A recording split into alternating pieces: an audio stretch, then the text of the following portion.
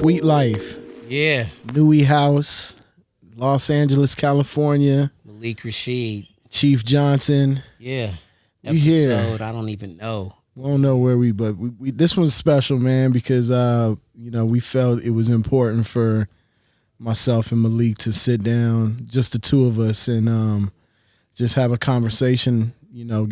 Allow our listeners and friends and family and everybody to get to know us better as men and hosts, and so this is dope, man. This is dope. Yo, before we even jump off into this, I want to I want to again. I said it to you last week, but I want to wish you happy solar return, man. Another trip around this joint. Happy birthday to you. Appreciate it. That's crazy. Did you ever, after you hit a certain age, did birthdays not mean as much to you? Did they look at it as just like the saying where people always say, "Oh, it's just another year"?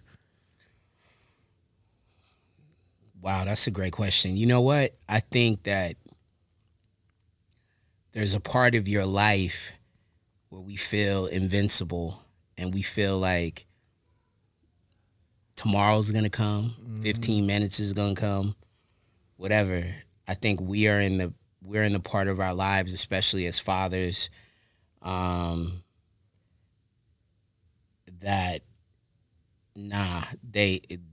right now I'm celebrating everything. Yeah. I'm celebrating everything at this moment because I think even prior to the pandemic, I had begun to get into that sort of that mindset because as a child, we didn't have a lot of money. So in terms of celebrations or birthday parties or anything like that, like while my other boys was having things at Chuck E. Cheese or something big at the park, or they had a huge family, me living out here in Long Beach and my family being from Delaware and Maryland and the Philly area and all of that, I didn't have that collective. So I didn't have that. So I'm celebrating everything now. The last couple of years, when the birthday comes up, me, I'm trying to I'm making flyers. I'm trying Backyard to do 2 or 3 barbecue, nights. yeah. I had a private dinner night and all of it. So no, I'm celebrating everything. I think we have to. We owe it to ourselves. Because this life is a blessing. Yeah. No, I used to be like that and be like, oh, it's just another year, but time is fleeting. You know what I mean? And we all know, we've lost people close to us. Mm-hmm. Tomorrow, 30 minutes, like you said, 30 minutes from now ain't promised. Yeah. So to be able to make it around for another year and be surrounded by your people, you got to celebrate those. So I used to always, clown on people. They're like, damn, he going hard for their birthday party. But I'm like, yo, go hard for your birthday. Enjoy that. Go hard for everything. Yeah. I have a friend, a dear friend, of 30 years. And right now she's in the battle of her life. Just got diagnosed with stage 3 breast cancer. And I haven't seen her post-surgery. And I'm going to see her this weekend for the first time since the surgery. And the last time I saw her, we were celebrating something. And it just hit me that this weekend we'll be celebrating something. We'll be celebrating the fact that, she still got some tough days ahead of her as far as, dealing with what you deal with cancer, with chemotherapy, chemo, radiation, and all these other things. But also she's still here. She's very much in the game. And she has an amazing support system. She has us, so again, I can't wait to see her and be celebratory this weekend, just being in her presence and us being in each other's presence. So yeah, man. Again, I'm celebrating everything. I'm celebrating. Yeah, look, my daughter starts 5th grade tomorrow. Kylie Joy. Kylie. Yes. Yeah. Young queen. And we'll also be taping tomorrow. So I was telling her mom, I was like, yo, I'm driving her to school tomorrow because I'm not gonna be able to pick her up. So I want to drive her and drop her off and everything. And each year that, whether it was Tyus or her, when, and you're dropping them off, you don't realize how quickly it happens. I remember dropping Tyus off at not pre-K, I'm talking about at his first ever daycare, and him being in the window and crying and whatever. And now, he's about to graduate and Kylie's might turn around when you drop him off and wave. But yeah, I mean, it's different now. Same thing with Aria. She just started second grade and we celebrate that. And I love being able to drop her off at school. And it's still, it's crazy. Like you said, you drop them off at a young age and they don't want to leave. And you see them grow. And then, the teacher gets them in the first grade and they meet them at the gate. And now they're walking themselves to class. And again, it just goes back to Bye, time. Dad. Yeah. Like time is the most important thing because you can't get it back. So how you spend your time, who you spend your time with. And I think it comes back to celebrating life, but also to not spending so much time either beating yourself up or harboring bad feelings or letting non-positive things dictate. Weigh you down. Because that's something, again, that we all are, I think every day we're all trying to figure out. Because like via social media and via everything, you see all this like, hey, you better stay positive, stay in gratitude, stay in the light and all these different things. And I think that everybody wants to, I wake up, I want to be positive. I want to stay in that moment all the time. But I read something this weekend. Life is gonna life. Life is gonna life, and when life is lifing, it's gonna deal you some things, and it's not at your convenience. Yeah, so never is. Never at your convenience. So with that, it's like I'm also learning to give myself grace when I have those days, and I'm kind of a little bit more stoic and everything. But I'm also learning to come out of those places. Get out of those places a lot quicker because you'll fuck around and a whole day's gone by and you've been stoic and whatever. And you're like, yo, I missed just jumping in the pool with Kylie or running around chasing my dog, Milo or whatever, or just the interaction with family and friends. I'm missing that because I'm harboring all these things, but I'm learning to give myself grace too, because sometimes those feelings are real too. Those moments of like, yo, this is fucking hard, or this is very daunting. We gotta do better at, just finding a balance. And that's the thing that I appreciate about you. One of the things always I've appreciated about you is how very positive you are. And how that's always amplified. Like your gratitude is amplified. Is that due to, like, we all have had different parts of our upbringing. What part of your upbringing is it that makes you, or it keeps that on your mind, is that I got to stay in gratitude. I got to stay in a positive place. Again, I can feel down a little bit, but for the most part, I got to stay here. Yeah, because the down part is where you really learn, about yourself. Mm-hmm. I mean, because when everything's going good for you, you don't think about, like, you're coasting, right? Mm-hmm. But when things don't go good for you, it's like, how are you able to take that, the chaos, and create something beautiful out of it? Mm-hmm. I think for me, it's just my upbringing. Like, again, like a lot of us, we grew up, we didn't have a lot, but we had love. Mm-hmm. At a very young age, my mother had 3 major strokes. Whoa. I think I was maybe 10 years old. Okay. And to see my mom go from, she was like going to college at the time, and she was like an honor student, and she had goals and aspirations, and to see that stripped from her, I didn't know how to process it.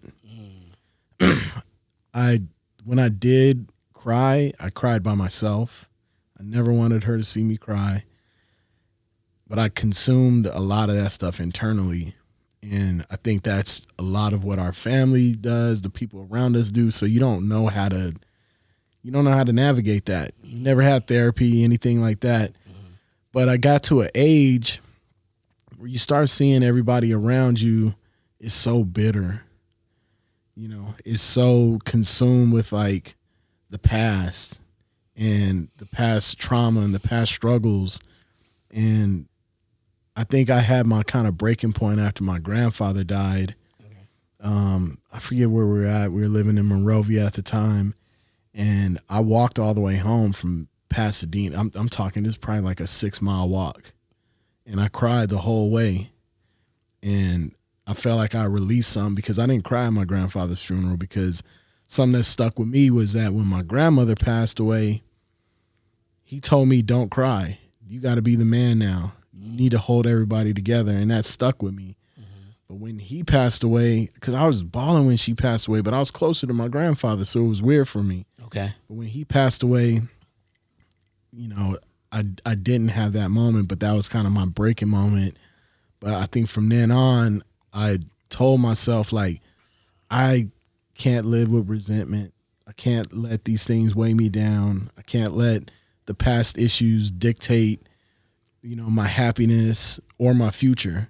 Got it. And from there, of course, crazy stuff always continues to happen, but I was just always had a knack to be able to like pick myself up or find the positive in the chaos. Got it. And, I think when you can be that for somebody, it gives the people around you, it can breathe a little bit, and they also pick up on that. And that's what you want, right? You want the people around you to, feel a sense of calm, or be able to look at you and say, like, dang, you're not freaking out about this. Like, okay, like, how are you, processing everything, and how are you like that? Staying. And I think it's just because I've lost so much and been through so much, you have to address it, and you have to pick up and move on. So for me, I just always remind myself every day. I journal.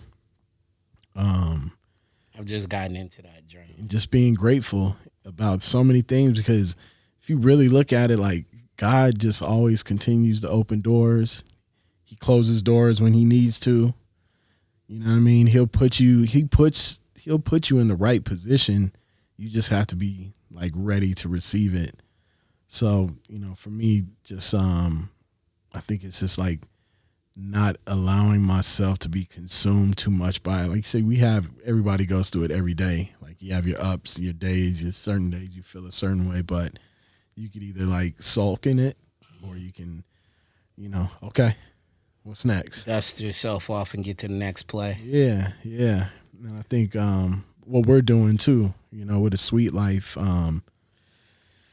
like me and Malik have been talking about this podcast and something for, I want to say 7, like at more least. Like 7-8 years.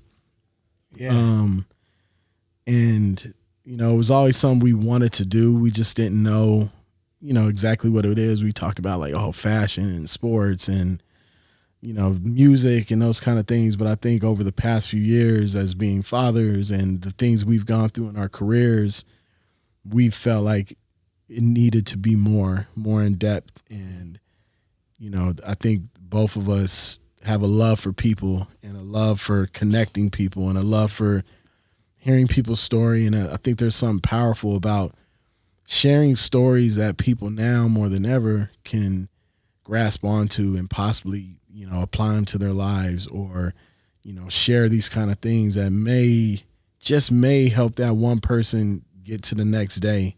Sometimes all you need is just a little beacon, and that beacon can come in a joke. It can come in a story. It can come, whatever, but it's all about the human condition. And, I know it took us a while to get this out in the world, but I'm just so grateful that, you know, we did it and we did it on our terms, you know? Yeah, I think that's what's important is figuring out actually what your own terms are. Yeah. Like what's your level of comfort? You know what I'm saying? Like what putting yourself in the situation that you best thrive in. So to get to that space, you have to start peeling back the layers, figuring out exactly who and what you are, what you need to be intentional with. And so, yeah, that's why I think, you know, things are happening, appearing the way that they are for us. What did Diz say on episode 4? He said it was something to the effect of like ordained steps, or your steps are being ordered. You know what I'm saying? They're ordered by your intentions. They're ordered by your thought process and your faith. And I'm not speaking to a faith like in a religious sense, but like just what you believe in, what you see at the end for yourself, like what you see for yourself. And so, yeah, man, this is all beautiful. Like I'm so appreciative, and like you said about journaling, I'm more so right now. Like I'll every couple days, I'll get into my notes on the iPhone and just start with gratitude at the top, and I'll just thankful for another day, whatever day it is. I'm thankful for this Tuesday arriving, or I'm thankful for the Wednesday rolling around, and I'm thankful for my health, and I'm thankful for my children and their mothers, and you know what I'm saying? Because I'm not able to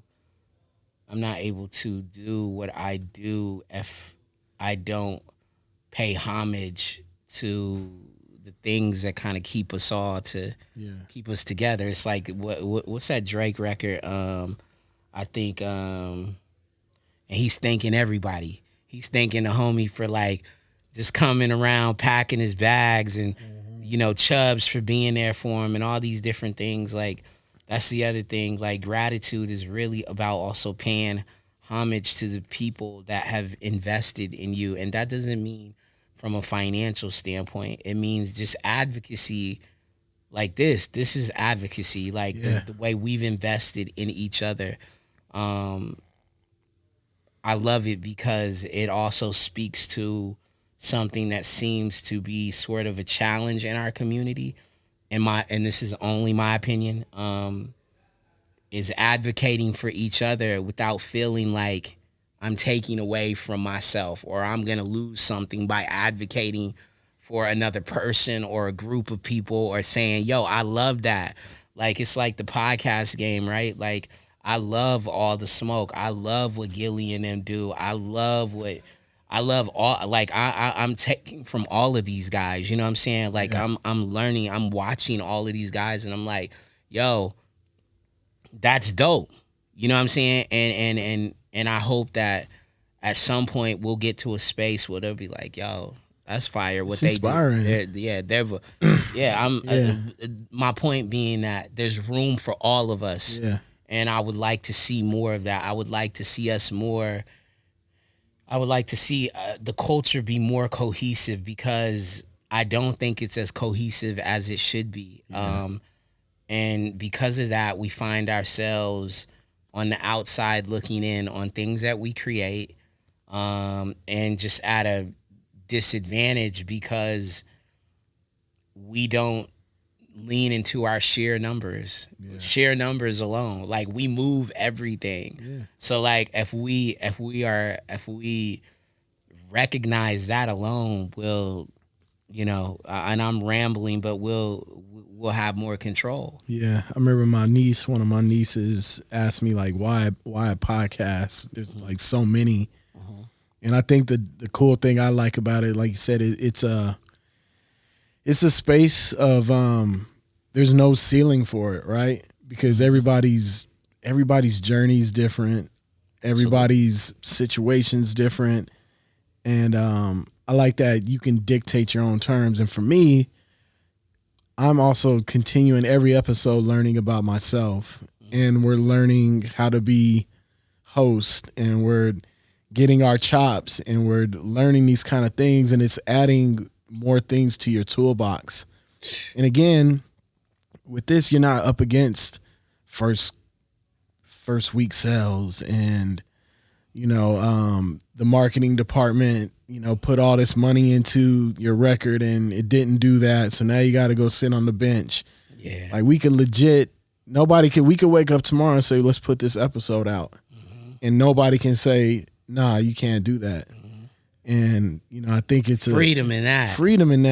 And it's pulling me further out of my shell, because I never really did speaking engagements. The first one I did was the ASCAP years ago. The homie Jason Reddick, who's at ASCAP, was like, yo, Chief, I want you to speak on the ASCAP panel. And I'm like, why me? And he's like, you've done like a lot of dope things. And I was so nervous. Like the panel was like full of dope people, but that was kind of my first taste at it. And then Los, the homie, shout out Los.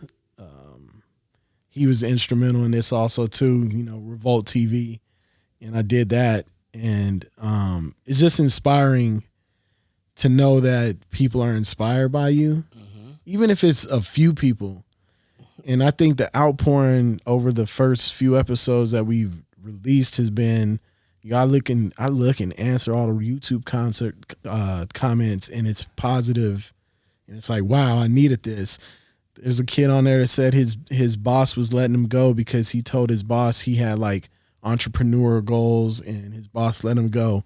So this was like encouragement for him, and like to see those kind of things is what we kind of set out to do. And it's therapeutic on our side too. Yeah, because when you're like harnessing your power and then disseminating your power into people, it's also a constant reminder, like, okay, I'm doing this, or this is what I'm intentional about, and I'm investing in people. And as I'm investing in them, I'm actually investing in myself. And this shit is wildly therapeutic. And I'm just so thankful for it, man. So like for people that don't know, how did you where are you from, and how did you get to where you are now? When I say get here, how did you come to LA, and some of your journey? Moved around a lot. I was born in West Virginia. My father was in the Air Force. Got it. All his family is from that side: Virginia, West Virginia, South Carolina, North Carolina. Okay. My mother's side of the family's from Mississippi. And my adopted mother's, their side of the family, they're New Orleans. Okay. But we ended up in Colorado. Okay. Because Colorado is huge. Colorado Springs is a huge military town. Okay. So that's pretty much how all the black people ended up in Colorado Springs. There's my mom's good friend lives out there. There's the huge Army base. There's the Air Force Academy. There's 2 Air Force bases out there. So when they all retired, like my grandfather was in the Navy. My sister was in the Army. My uncles were in the Army. Like everybody was military. Okay. But they stayed out there for the cost of living.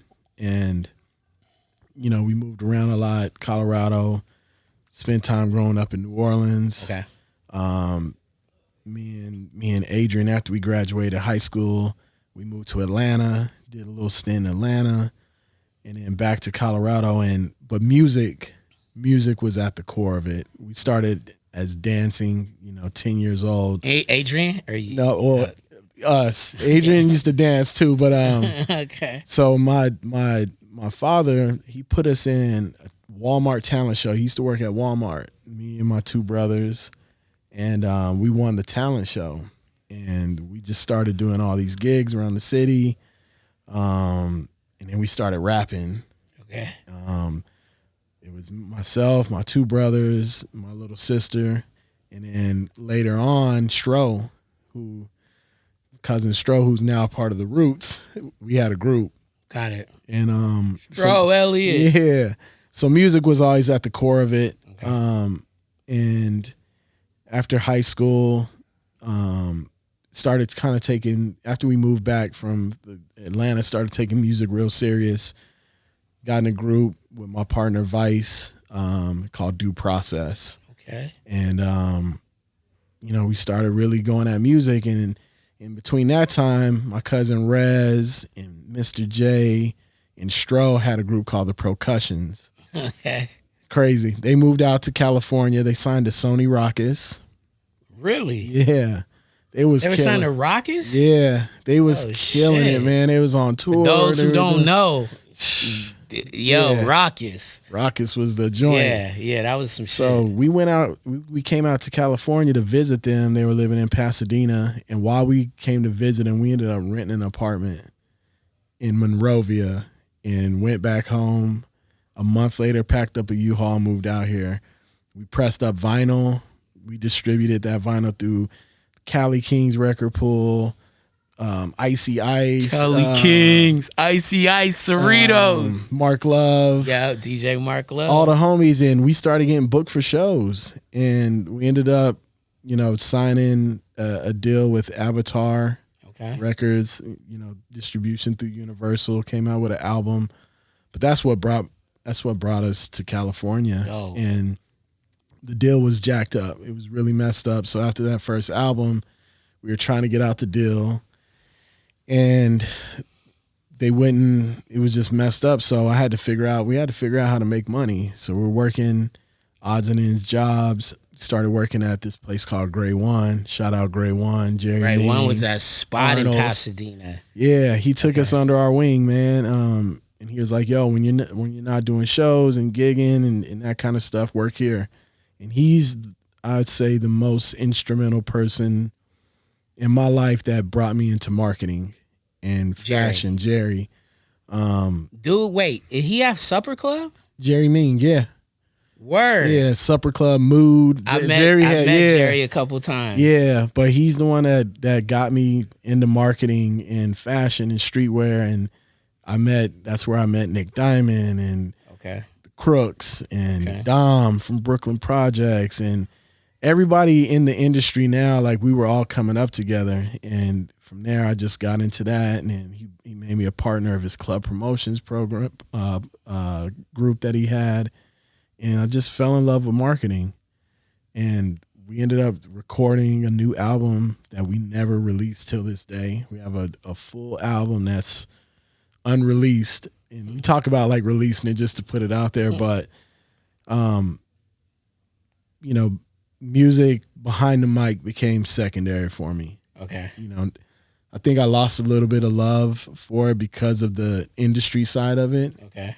It just didn't feel like the passion anymore. Got it. But with fashion and the clubs and stuff like that, music was still always the thing. So from there, I just continued on with marketing, little odd stuff, Young and Reckless, Brooklyn Projects, Crooks and Castles, yeah, Puma, and that lands us here.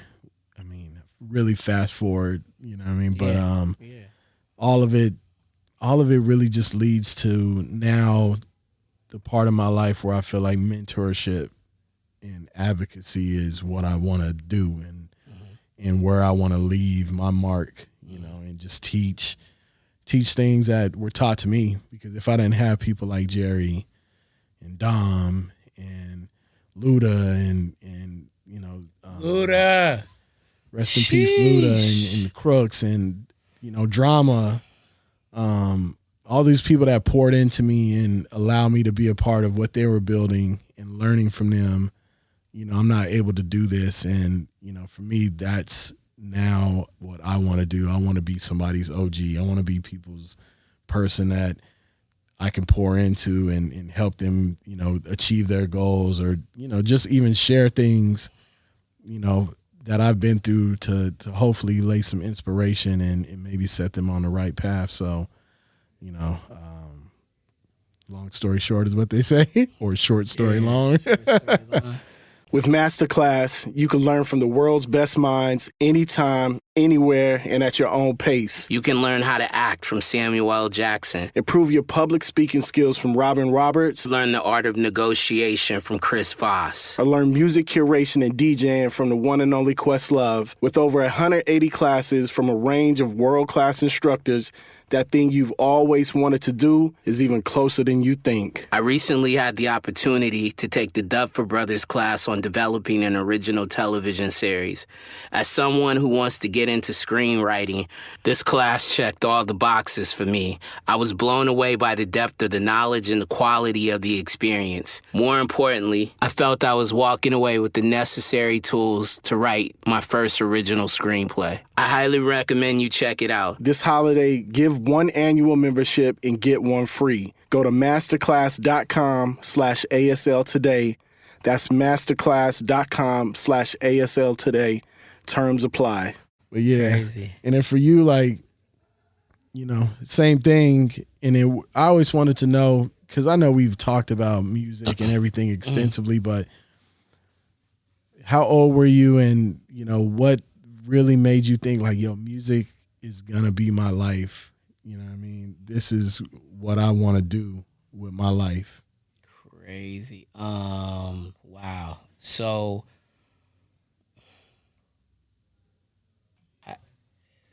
my story is this, like, you know, my parents were divorced super early, but I was born in Lewis, Delaware, right? And so my mom's side of the family is from a place called Frankfort, Delaware. It's a very small town, like like Andy Griffith, like super small. Like my cousin's graduating class, her senior year, I know it couldn't have been more than 50 to 60 people. I think it was under 45, like small town, right? Everybody knows everybody. My dad lives his family is from a town called Berlin, Maryland, like Berlin, Germany. And that's like, I think, like, for me, it seems like the towns might be like 12 to 15 minutes apart, right? So on one side, you're in Maryland. On one side, you're in Delaware. Same thing, like Ocean City. Like, so that's where we're from. But my dad moved here, you know, and him and my mom, I heard so many stories, and I don't want to ever like create a narrative for someone, because that's been done to me. But my dad came here, my mom then followed, and that was the first time we came to Los Angeles. And then my mom went back. Things didn't work out between her and my dad, so then we went back to Delaware, and then we spent some time in Maryland with his side of the family. And there was a lot, man. And to this day, you know, some things that haven't been healed necessarily, but we would go back and forth, and then finally settled here being Long Beach, probably like settled where we didn't move anymore. I think I was in 8th or 9th grade, and went to Hoover Junior High School, which is in Lakewood, California, but I grew up on the west side of Long Beach in a place called Springdale, which is on Santa Fe and Spring. Like, we love being from there. Like, it's just the culture is the culture. You know what I'm saying? If you from out here, you know what it is. But we stayed in 3 units in that housing facility, apartment 47, 96, 104. And I was groomed there, and I was around music. I didn't even know how it was impacting me, like, you know what I'm saying? But one of the homies, the big homie, he put me and his cousins in a singing group one day. He was like, y'all a singing group. And all he was doing was like beating on the fucking washing machine in his garage. He was telling us, sing it right. To this day, that dude throws these events out in Temecula. He has an event thing, and he like throws little concerts. So he always wanted to do that. He also played overseas, played in the NBA for a little bit, and all of that kind of stuff. I don't want to whatever, because he may not want it to be known, but the homie like really influenced me. And then So I was like, but I was like, like everybody else, hooping, playing sports, whatever, doing whatever. And then at some point, I really can't definitively tell you when, but probably 11th, 12th grade, high school, it was like a switch. And I was like, all right, that's what I'm doing. But I didn't, how was I going to get there? Right. Yeah. So it was like, it was Long Beach. It wasn't cracking yet. It wasn't like that. And then a dude came on the radio, you know what I'm saying? 1, 2, 3 into the 4. You know what I mean? And you from the city and you like, oh shit, dog on the radio. And then Warren was on the radio. And then, summertime in the LBC, right? And then the Twins, and then big moments. And then like the 5-footers, and then like the Mexicans. It was this group, the Mexicans, you know what I'm saying? And it was, Little Half Dead, and you had like deals were just getting passed out, and you were in the city, and then, but I was like I was different, like in terms of like what was being talked about at that time, which was what should have been talked about. It was the culture that we were brought up in, right? If you want to call it gang culture or whatever. But I was on some whole like, I was super influenced by the East Coast. So like, I mean, I love Jay-Z and I love Snoop and Dre and everybody, but I was super influenced by like, also because I went back and forth, right? Yeah. So I'd spend time with my cousins and they put me up on mixtapes and I'd be like, oh shit. And I love the lyricism, even though the lyricism is here as well. Dude, yeah. I don't want to sound crazy at all because Cube is one of my favorite. Like, but Death Certificate Cube, yeah. Kill at Will Cube, yeah. You know what I'm saying? All of that shit. And but yeah, I figured it out, and the homie Carlos Perot, who works at Lexani. Carlos. Yes, yeah. He like, I don't even know how we came into each other's worlds, but I was working at this spot in the traffic circle, like my senior year of high school. It was called Polly's Pies. And I was working there and he worked there, and I was, bust little raps and shit. And he was like, yo, I should plug you with my Uncle Daniel Holloway, who I think worked at Island Records at the time. I don't know in what capacity he worked at Island, but he worked at Island, and he had like, I think a record store. I think it was called Zen or something like that. So then, I'm hanging around them, and, one thing led to another, but the quick thing is I knew what I wanted to do. And the thing that I always did really well was foster relationships and maintenance of relationships. Cause that's all this shit is about, is relationships, right? The world is just about relationships. So I was always maintenance and fostering the relationships. And again, one thing led to another, but I'll go far ahead. And what happened was probably 2002 or 3. I had come into some money, and I was like around the homies who were Technique, who's from Long Beach. Tech's a Long Beach legend for us. Like, he was in the LBC crew and all of that. And then there was another part of that. So there was Tech, but there was an overall crew called Dynamic. And Tech was in a group. The crew was Mark Spitz, or Perfect, Tech, Pac-10, all of these guys, right? And so we were all, at that time, I just come into the money, and then Perfect had ended up, for some reason, he ended up in Houston.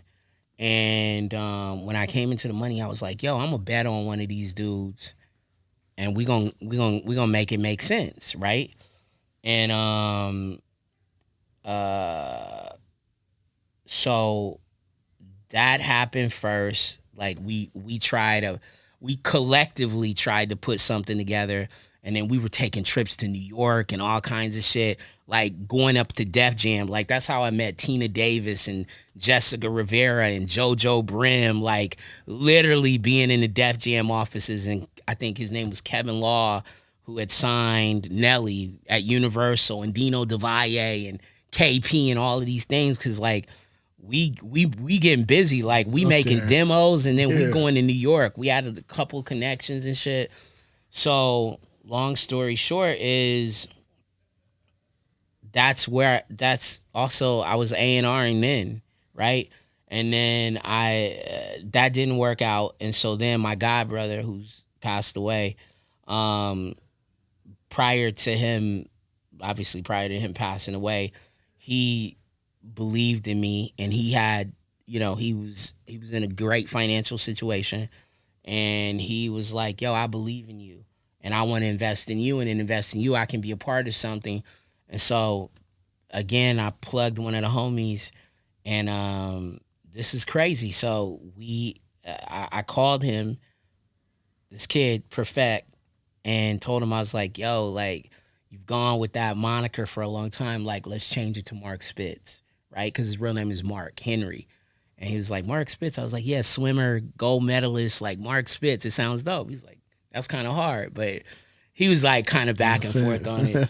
But you know me, I'm trying to, come on, that's the name. And long story short, like, ended up using a lot of my relationships. And first record we made was we went and met David Banner. He was on this tour, and David Banner made the beat, like came off the stage, went to a studio in Minnesota, made the beat there, did the hook. Mark did the verses. We got one song out of the way. Came back to LA, right?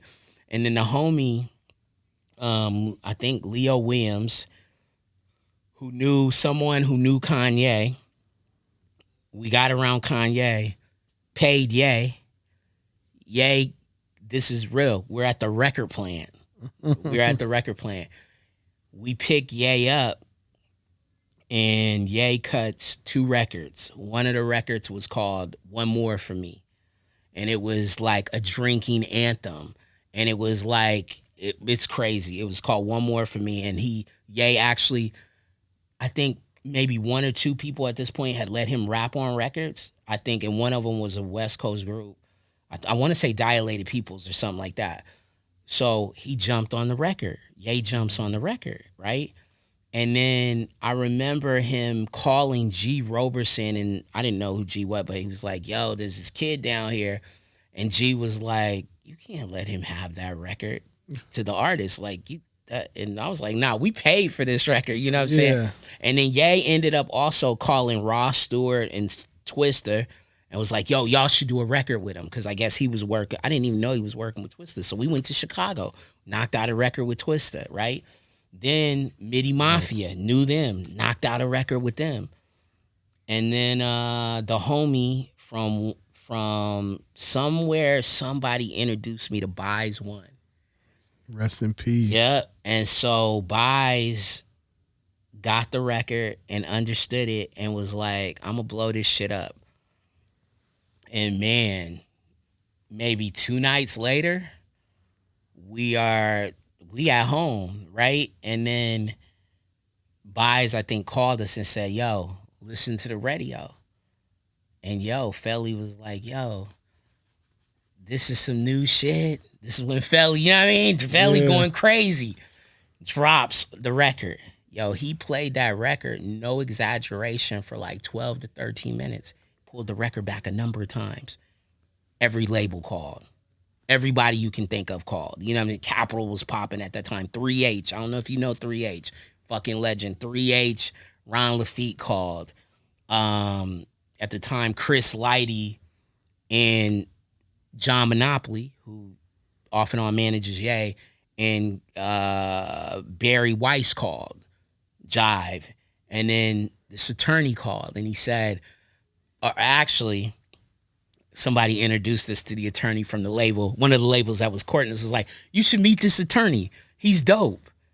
And I'm like, all right. So we meet the attorney. Again, I'm just making records. The rest of this shit is super foreign to me, right? Yeah. We just the record process. Homie, the lawyer is Theo Sotomayor, who is 50's attorney now, and Drake's attorney now, and Pusha's attorney now, and M's attorney, and everybody you can think of, Ross initially, and everybody, right? 50. And so he was like, yo, I want to be your attorney. And we were like, okay. And long story short, we put out records, and, you know, things didn't, it was a great ride, but things didn't go, as you know, as you expected. Yeah. But the thing that happened from that was people knew me and started reaching out and was like, yo, you should come and rock with me. And I went and rocked with somebody else. And then I went and rocked with somebody else. Long story shorter, hopefully. 2012, got my first corporate gig. Got a call. Damian Granderson, Zach Katz, dear friend, said, yo, do you know Christopher Stewart? You know Tricky? And I was like, I know who he is, but I don't know him. He was like, well, he's going to be the new president of Epic. Y'all should meet. And this is advocacy. And then we'll just move past this. He was like, y'all should meet each other because him and LA are taking over Epic. He's going to be the president of A&R. And I was like, all right, cool, whatever. The day of the meeting, I'm sitting outside of the Epic offices, right, which are across the street from the Beverly Hills Peninsula.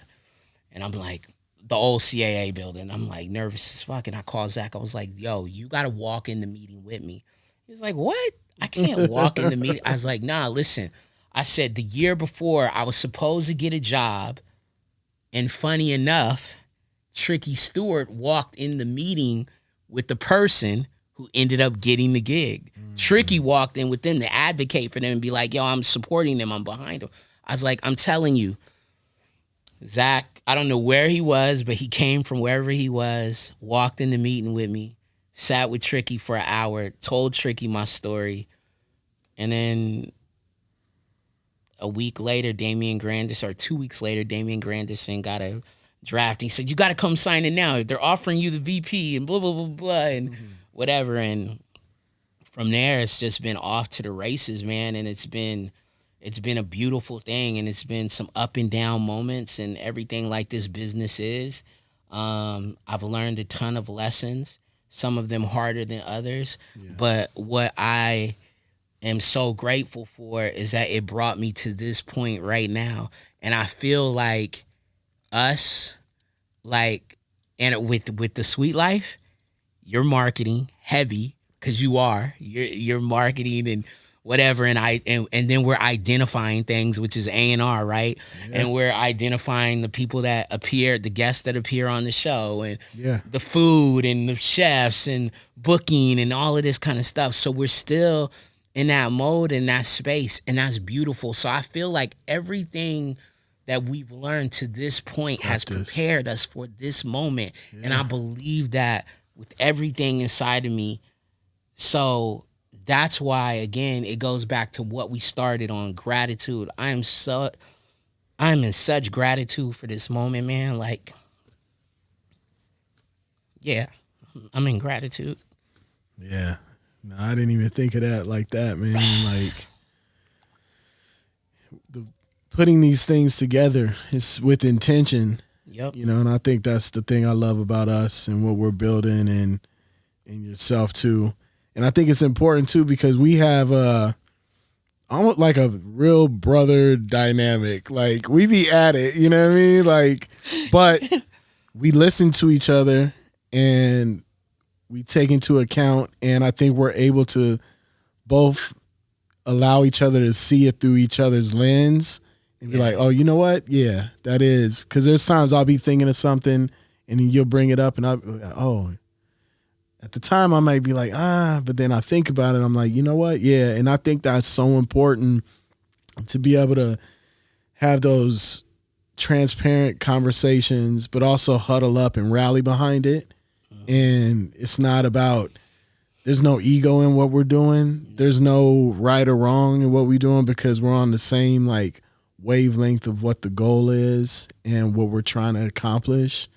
And again, relationships, right? And you said it even better.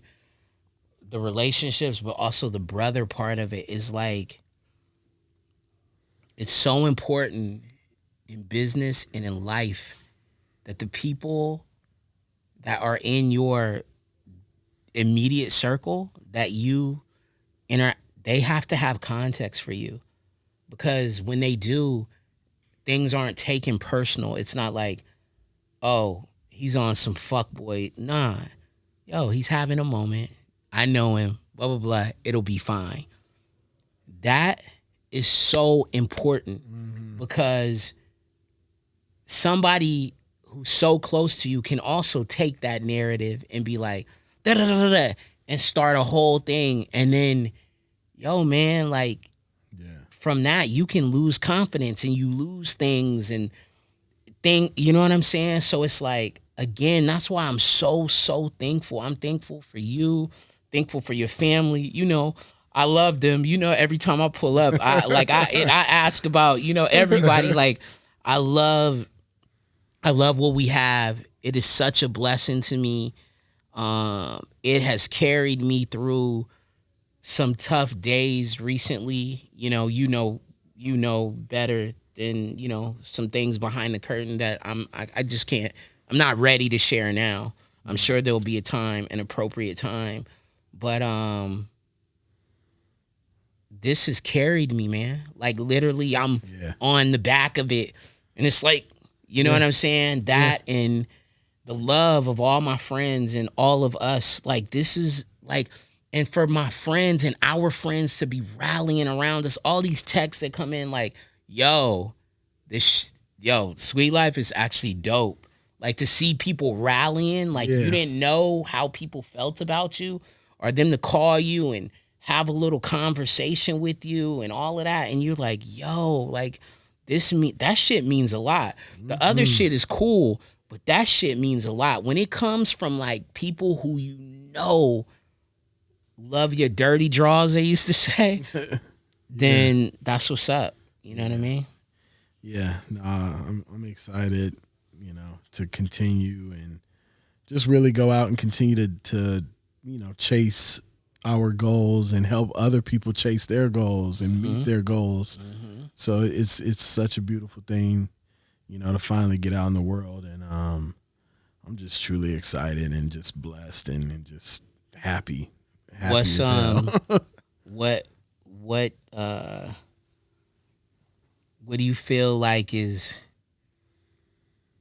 what do you feel like the next, God willing, what do you feel like the next 5 years holds for us, for you, family, everything? Like, what do you feel? You know what I mean? Yeah, I think for this, growing this, I would love for us to be in a space where, like, we're traveling the world and we're really doing this,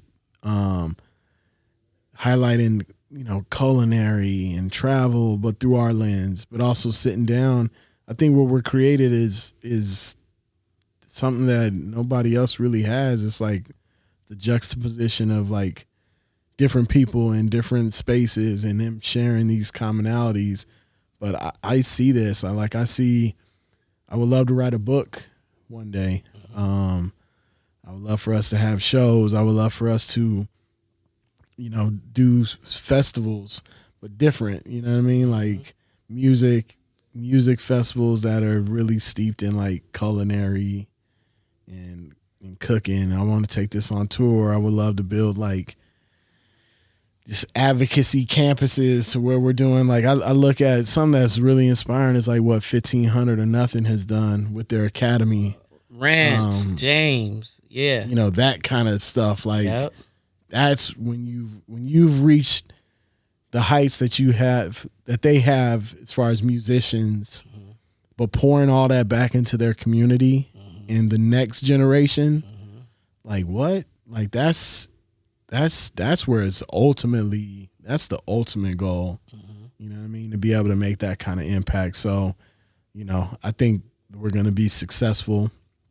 And I think with our success allows us to open doors for other people to be successful. You know what I mean? I'm not in this for a self-serving. I don't think we are at all. I think the success is going to come. And then from there, man, just continuing to grow on it and leave behind legacy and impact. That's where I see this thing. I'm right there with you, bro. Yeah. I'm right there with you. First and foremost, health. Yep.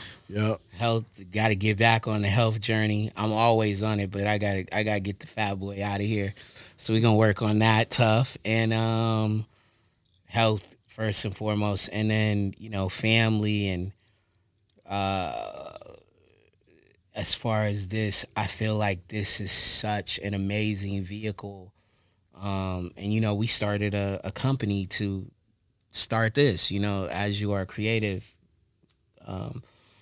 And so other podcasts, but again, just more storytelling. Like, again, buying life rights and buying scripts, and because there's so many amazing stories out there. And being in this business, you get told no more times than yes. And so to be in a position or to create a position for ourselves that will allow the new creatives and voices that haven't been necessarily heard the way that they should, and all these other stories from these different communities, I want to usher in all of those things. And yeah, this is gonna be an amazing ride. It already has been, and I want to continue it, and I want to continue doing it with, again, the freedom and the goodwill that's in our hearts, in my heart. And yeah, man, I want to continue. And again, I want to thank you for being the brother that you have been. It's a tremendous blessing to ride with somebody like you, man. I really appreciate it, bro. All reciprocal, and we'll make sure we do this. We're gonna make a habit of doing this with just myself and you. I think we should bring some of the homies on too. And yeah, definitely. Like, don't even have to be like the homies. Yeah. Set up and let everybody talk, because even I wanted our production crew. We've been rocking with these guys forever, man. They're great dudes. We have such amazing friends that are like behind the scenes and that move like we do, but might not get the eyeballs and the ears, So highlighting those things, and I think just expanding our platform. Say we have amazing chefs on the show. How do we highlight them more to show their trade and their craft?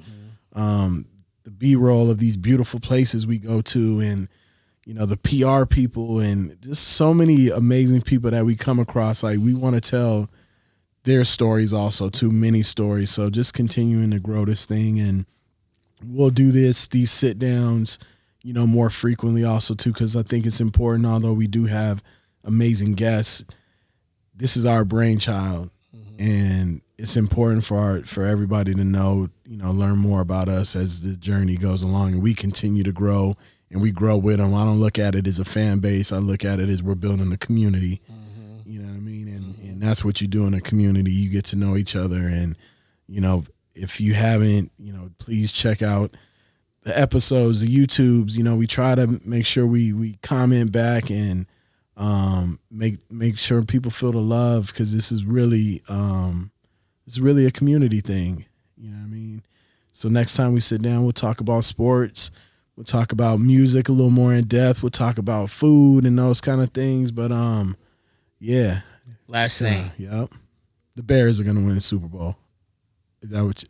Oh, no, all right. Never mind. Okay. 3 guests that we haven't had to this point that you want to have on. Give me 3. I know there's a lot more, but just 3 that you're like, I got to have them on at some point. Man. That is Jonah Hill. Wow. Why Jonah Hill? That's interesting. Because I've just been seeing...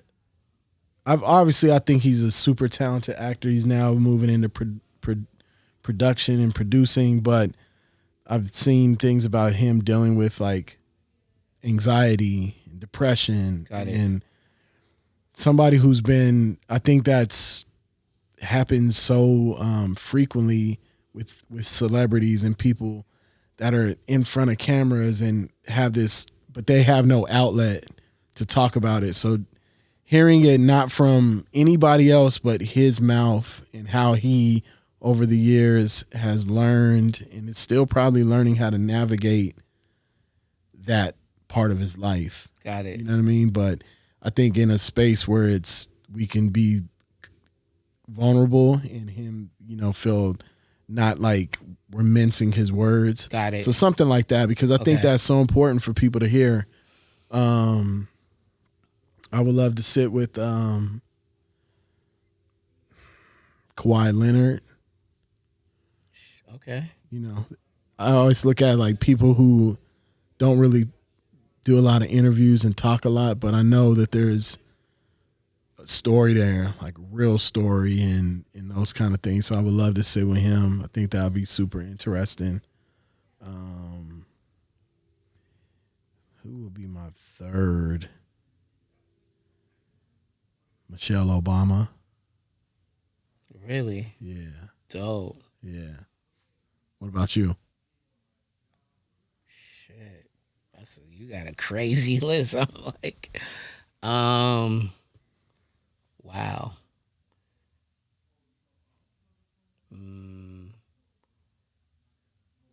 I'm a huge fan of the sweet science. I'm a huge fan of boxing. Crawford. And yes, because Bud Crawford. Mm-hmm. I'm gonna do a one. They're both 1As, and that it's because also on the UFC side, on the MMA side, excuse me, John Jones. Yep. I think such a fucking intriguing personality. Same thing with Bud. Like, you don't really know a lot about him. I've heard a lot about him. I've heard about Bud coming from, Nebraska. And, I've heard some interviews. His mom said she used to have people fight him and different things to toughen him up. Excuse me. Some of the things that, like, it was just interesting. And then John Jones, who comes from this family athlete like Chandler and his brothers, like he's got 2 brothers that have been or play in the NFL. So them 2. And then, but they're like 1 for me. And then like,